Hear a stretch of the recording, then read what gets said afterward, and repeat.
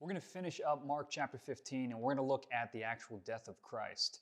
And this chapter reminds me of when people ask, why do bad things happen to good people?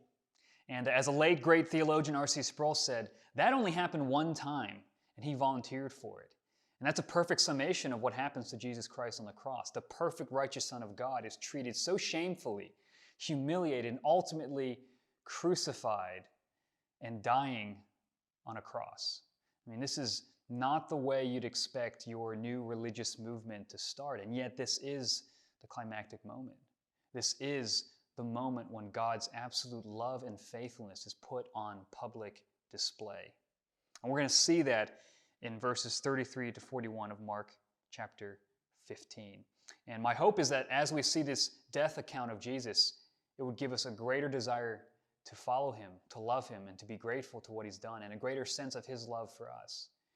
And I think that the cross is really the way that we understand and know that God is for us. This is starting in verse 33. And when the 6th hour had come, there was darkness over the whole land until the 9th hour. And at the 9th hour, Jesus cried out with a loud voice, Eloi, Eloi, lema sabachthani, which means, my God, why have you forsaken me? And some of the bystanders hearing it said, Behold, he is calling Elijah. And someone ran and filled a sponge with sour wine, put it on a reed and gave it to him to drink, saying, Wait, let us see whether Elijah will come to take him down.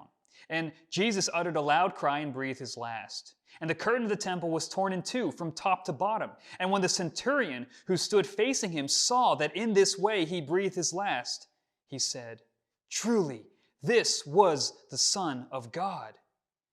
There were also women looking on from a distance, among whom were Mary Magdalene and Mary the mother of James the younger and of Joseph and Salome. When he was in Galilee, they followed him and ministered to him, and there were also many other women who came up with him to Jerusalem. And when evening had come, since it was the day of preparation, that is, the day before the Sabbath, Joseph of Arimathea, a respected member of the council, who was also himself looking for the kingdom of God, took courage and went to Pilate and asked for the body of Jesus. And Pilate was surprised to hear that he should have already died. And summoning the centurion, he asked him whether he was already dead. And when he learned from the centurion that he was dead, he granted the corpse to Joseph. And Joseph bought a linen shroud, and taking him down, wrapped him in the linen shroud, and laid him in a tomb that had been cut out of the rock. And he rolled a stone against the entrance of the tomb. Mary Magdalene and Mary the mother of Joseph saw where he was laid. Jesus cries out in agony as he feels forsaken by the Father. Now, the Trinity isn't broken in this moment, but in his human nature, he experiences what it's like to be a man completely given over to his enemies, completely abandoned into the darkness. And he feels the cup of the Father's wrath as God treats him as though he had sinned as we had.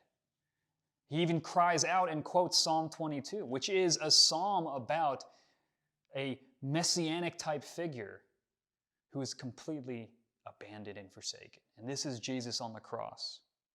And yet what happens? The temple is torn. Why is that important? The temple is where people meet with God, and there were different sections, and only the Jewish high priest could get into the most holy place where God's presence dwelt. But now the curtains, the dividing walls are torn, so that not just the high priest, but any Jewish believer, and not just a Jewish believer, but any Gentile believer can now come before the very presence of God, because Jesus Christ has replaced the temple. He is the fulfillment of the temple, and he has opened up the way for us to come to God by the blood of his cross. And who's the first one to notice that he's the Son of God after his death? It's a Roman centurion, a pagan, a killer, somebody who has worshipped the pagan gods his whole life, looks up and says, that's the Son of God.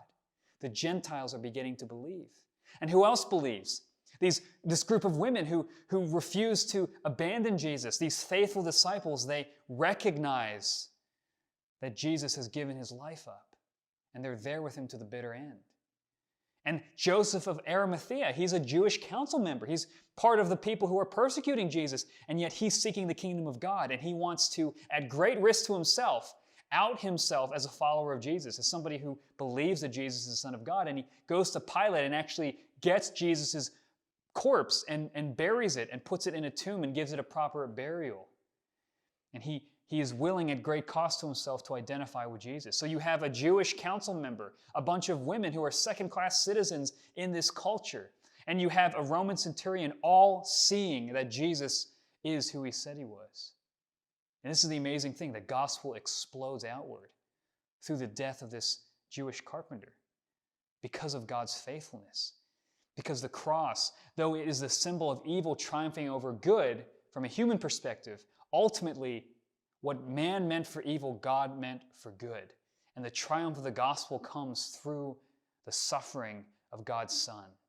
And salvation comes through the death of God's King, who came not to be served, but to serve. And this is a call in our life, that we are to follow in the footsteps of Jesus, that there's something bigger than ourselves to live for, to bring this message out, to be citizens of this new kingdom by sacrificing our own lives for the sake of others, by serving others, by not living for ourselves, by not being narcissistic, but by actually going, we want to represent Jesus Christ to this world, who is the risen King, who is the King who gave his life for sinners, who is the King who has shown grace to his enemies. We want to show that. And it is by that love that people will know the God that we serve. Don't waste your life. As a great pastor once said, life is so short. Jesus has died, but Jesus is also risen. There is work to be done. Leave a comment, leave a question. We'd love to hear from you. Thanks for watching this video.